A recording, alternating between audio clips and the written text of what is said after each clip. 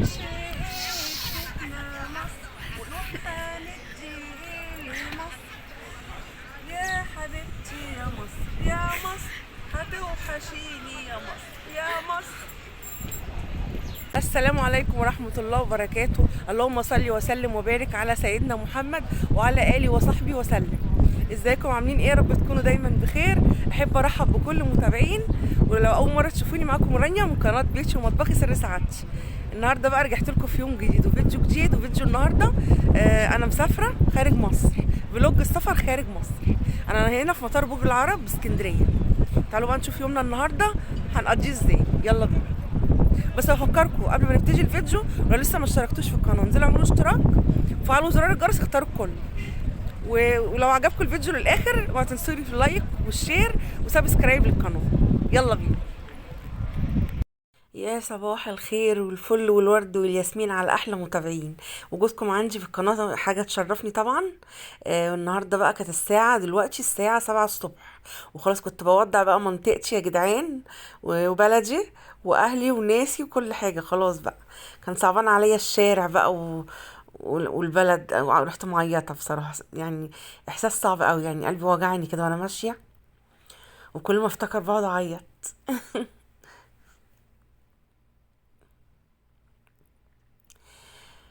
وخلاص بقى كنت بودع اهلي هنا.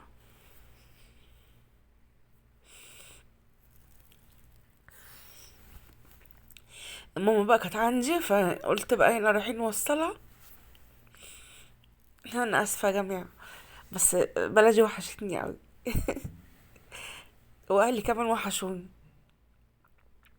فماما كانت معايا بقى، وصلتها الاول، وحشتني قوي.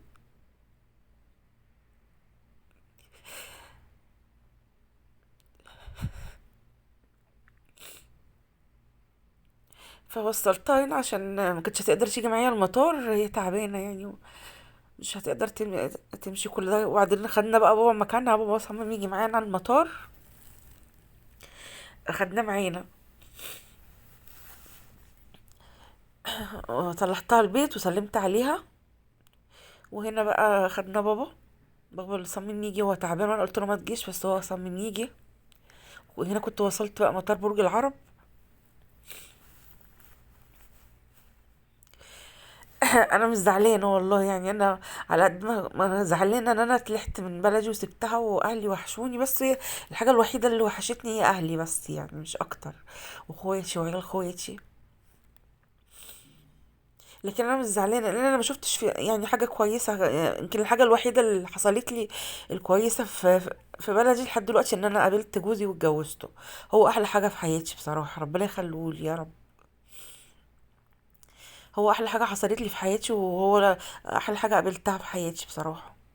لكن انا قابلت ناس كتير مش كويسين بصراحه، يعني على قد ما انا قابلت ناس كويسين وقابلت برضو ناس مش كويسين، وزي ما حصل لي حاجات كويسه حصل لي برضو حاجات وحشه. وقابلت ناس مش كويسين وما اتمناش ان انا اقابلهم تاني بصراحه، يعني ولا في الدنيا ولا في الاخره. يعني بدعي من ربنا ان الناس الوحشه اللي انا قابلتها في حياتي كلها، وانا خلاص مسافره وسايبه بلدي وماشيه، ان انا ما اقابلهمش تاني. ومش مسامحه اي حد ظلمني في اي حاجه، حتى لو حد جرحني بكلمة انا مش مسامحاه. بس هم اهلي اللي وحشوني، واخواتي وعيال اخواتي. احساس صعب قوي بصراحة، بس انا كنت فرحانة ونفسي اركب الطيارة بقى ورايحة اشوف جوزي طبعا. ما شفتوش بقالي 8 شهور. بس يعني مش عارف، يعني احساس كان ملخبط، مش قادرة اوصف لكم ان انا كنت فرحانة ولا زعلانة. الاتنين مع بعض. اول مرة يحصل لي كده بصراحة، ابقى فرحانة وزعلانة في نفس الوقت. ولما بشوفهم دلوقتي بقعد اعيط برضه.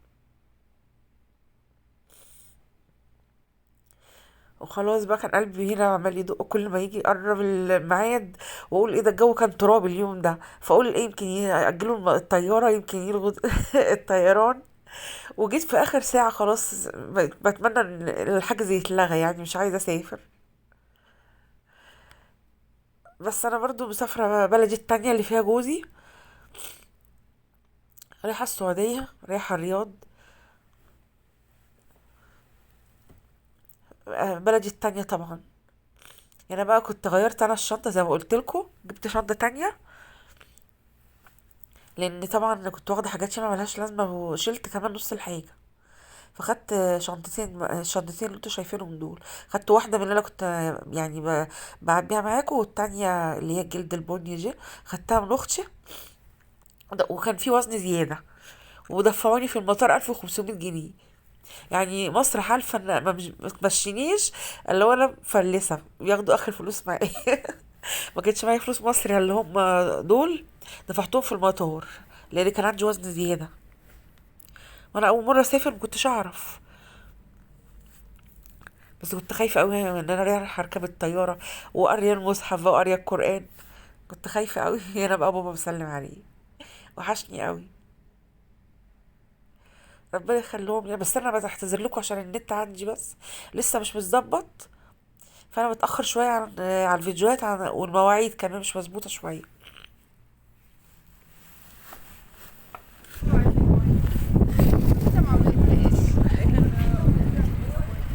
بس كده، بص كله ايه كده. اسلم عليكي بقى، ما سلمتش عليك انا.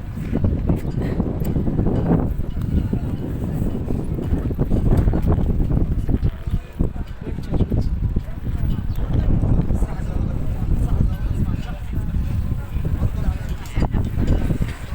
استني خليكي جاي عندي. هاي تعالي اقعدي، اقعدي. طالعين كده. لا خشي في النص، خشي في النص عشان تطلعي معايا في النص يا جوزي. ايوه كده.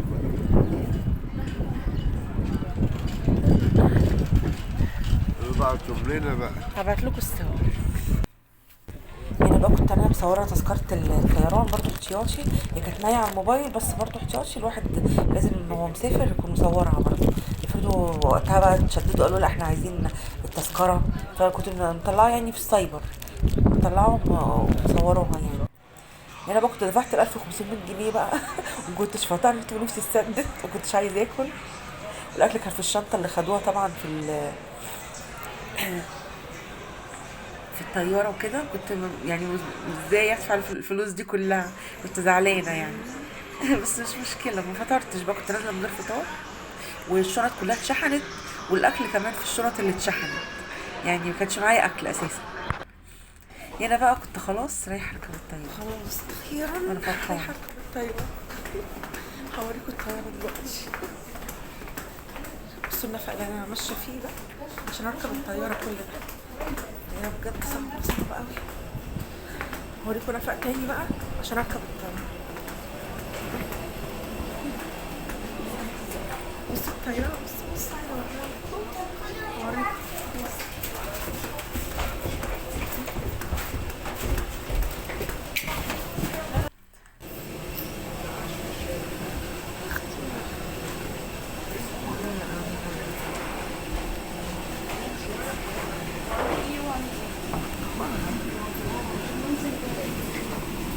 أهلا بكم على متن العربية للطيران.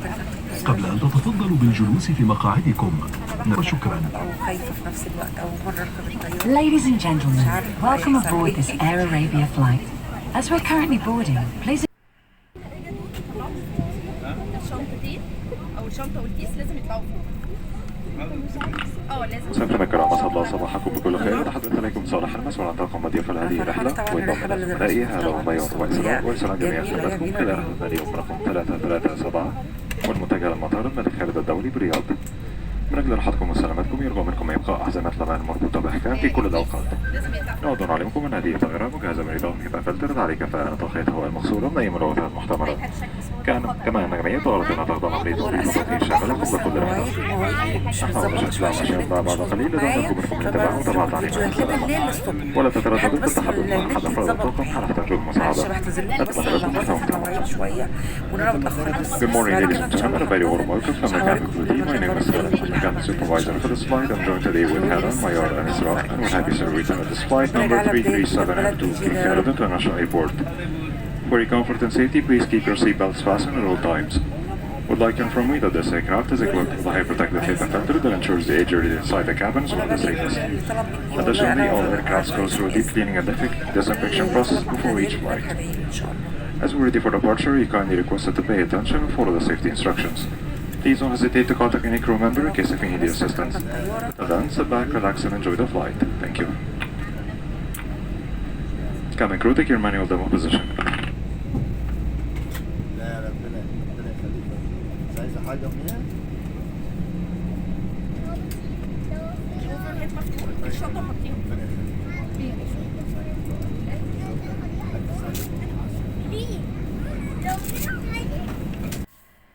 When instructed by the crew, remove it from the stowage. Place the jacket over your head, wrap the strap around your waist, and clip it securely. Inflate the life jacket by pulling both red tabs firmly downwards. The life jacket can also be inflated by blowing into the red tubes. Do not inflate your life jacket until instructed by the crew or on leaving the aircraft. بس كان إحساس أول مرة أحس بصراحة. يوجد 8 مخارج على هذه الطائرة، كل المخارج مزودة بزلاقة نجاة. سوف يشير أفراد الطاقم إلى أقرب مخرج كنت خايفة على قد ما استمتعت. بجد كانت رحلة جميلة.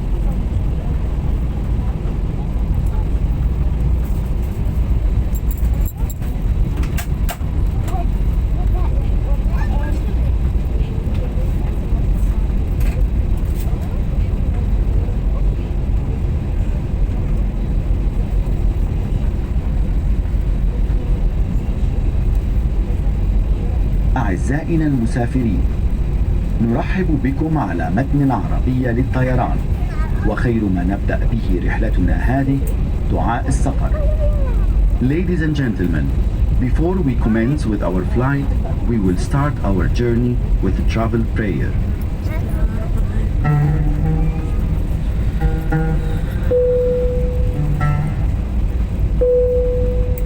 الله أكبر، الله أكبر، الله أكبر. سبحان الذي سخر لنا هذا وما كنا له مقرنين وإنا إلى ربنا لمنقلبون. اللهم إنا نسألك في سفرنا هذا البر والتقوى ومن العمل ما ترضى. اللهم أنت الصاحب في السفر والخليفة في الأهل. اللهم إني أعوذ بك من وعثاء السفر وكآبة المنظر وسوء المنقلب في المال والأهل. Thank you, cabin crew. Take your seats for takeoff.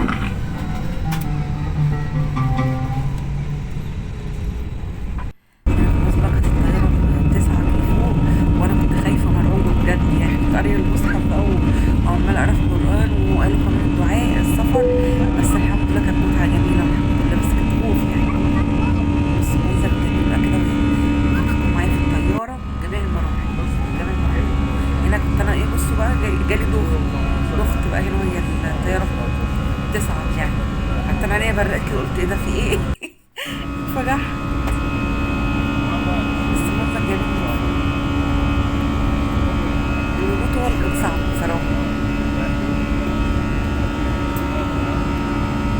المنظر من فوق جميل ازاي.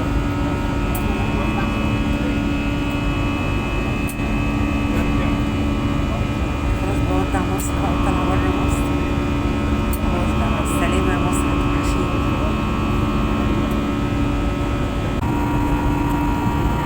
خلاص وجاية لك يا حمدي.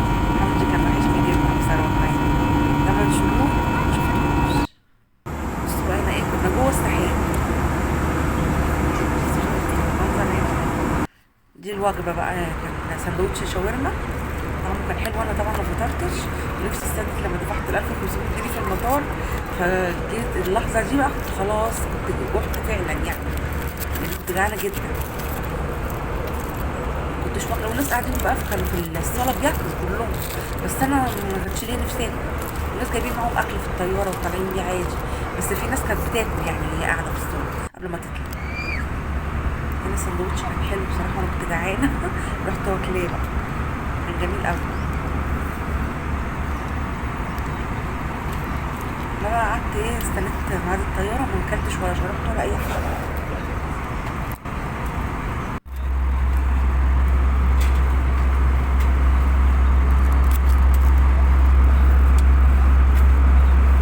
سامحوني بس على المواعيد اللخبطة اليومين دول، وبعد كده هظبط مواعيد ان شاء الله انزل لكم فيها الفيديو كل يوم في ميعاد ثاني ان شاء الله.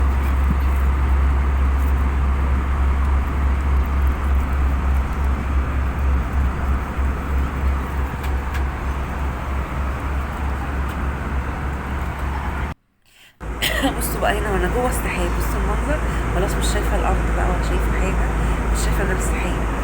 كان بصراحه منظر مرعب يخوف، كان جميل في نفس الوقت، كان جميل قوي. بصوا المنظر جميل ازاي انا جوه السحاب كده.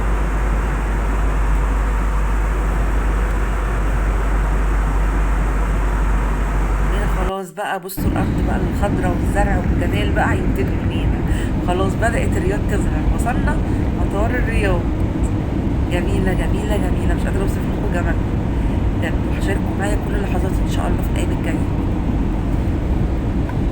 ده هنا بس والطيارة بتصعد بقى كده، لا بتهبط، مش بتصعد، بتهبط، خلاص احنا نازلين. الرحلة كده خدتكم معايا الرحلة من اولها لاخرها. الرياض بجد جميلة جميلة جميلة. لسه خليكم متابعين معايا، لسه هوريكم مزار الرياض، كان تحفة تحفة. اتصدمت اول ما شفته بصراحة، بسم الله ما شاء الله على جميله، وشوارع الرياض والخضرة والزرع والجمال، اقول اشعار فيها بصراحة جميلة.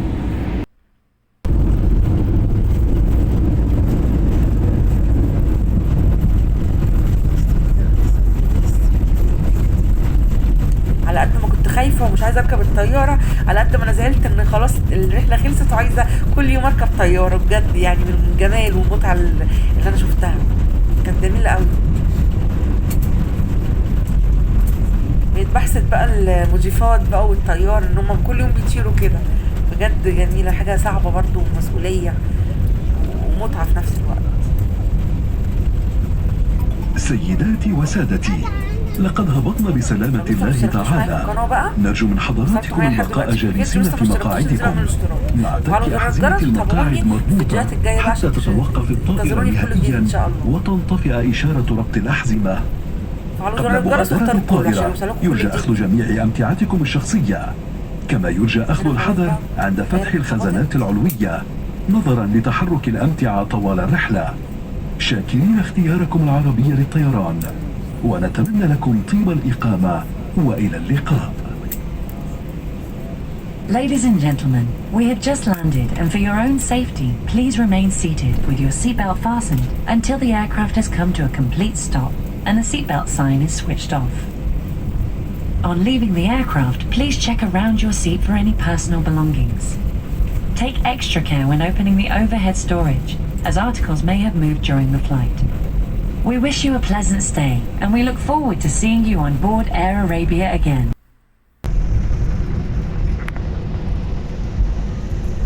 وصلنا بقى كده أرض الرياض خلاص.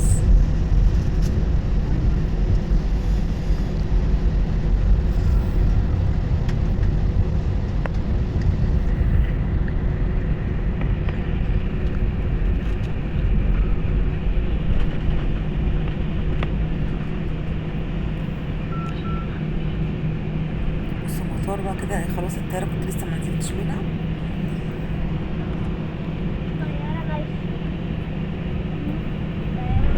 بس والله الرحلة يعني ما غابتش يعني هم ساعتين ونص او اقل كمان يعني، كانت سريعة بسرعة، الطيارة كانت سريعة بسم الله ما شاء الله، كانت جميلة يعني، الله اكبر على الطيار. كانت رحلة حلوة ومتعة يعني، كانت ممتعة.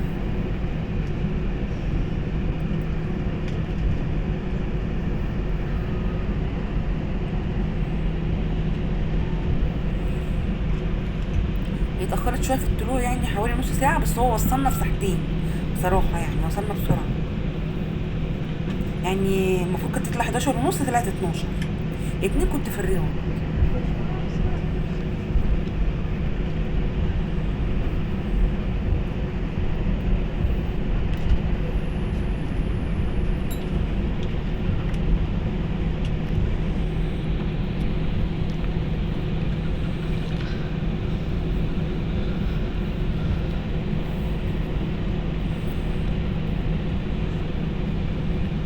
خلاص كده الطيارة بقى كانت بتهبط وخلاص، وهننزل بقى.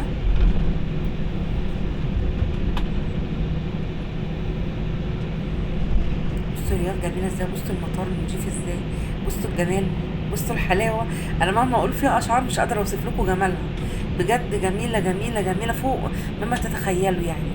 في الحقيقة حاجة تانية غير التصوير وغير الصور، مهما اوصف لكم بجد يعني مش هقدر ادقوا فيها حقها، جميلة جميله بجد يعني.